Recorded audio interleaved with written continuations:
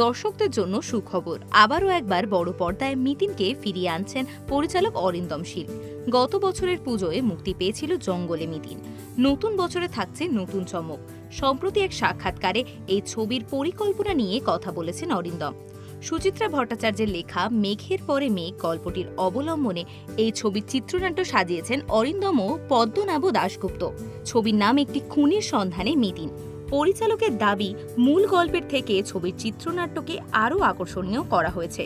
মিতিন এবং তার স্বামী পার্থের চরিত্রে যথাক্রমে থাকছেন কোয়েল মল্লিক ও শুভজিৎ দত্ত। অন্যদিকে টুপুরের চরিত্রে থাকছেন লেখা চট্টোপাধ্যায়। অরিন্দমের কথায় এবারের মিতিন সম্পর্কের গল্প বলবে। বড়দের ছবি হলেও সেটা কিন্তু অ্যাডাল্ট নয়, তাই ছোটরাও দেখতে পারবে। তবে এবার মিতিনকে ঘিরে থাকবে একাধিক চমক। বদলেছে প্রযোজনা সংস্থা।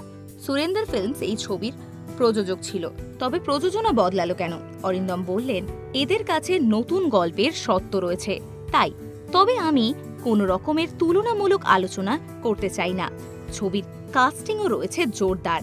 থাকছেন সাহেব চট্টোপাধ্যায়, কনীনিকা বন্দ্যোপাধ্যায়, গৌরব চক্রবর্তী, মধুরিমা বসাক, রশ্মি ভট্টাচার্য, অনুসুয়া মজুমদার, দেবরাজ রায়, দুলাল লাহেরি, সন্দীপ দে প্রমুখ।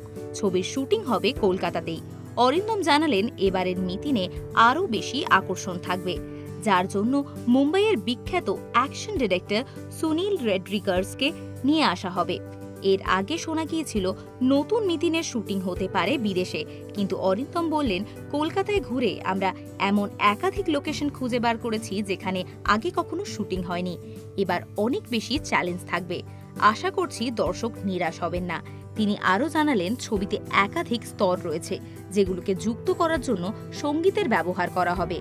তবে এবার পুজোয় নয়। পরিচালক জানালেন, পুজোর পর হবে ছবির মুক্তি। এরকমই আরও অনেক ভিডিও দেখার জন্য নজর রাখুন আমাদের চ্যানেলে। পাশে থাকা বেল আইকনটি ক্লিক করতে ভুলবেন না।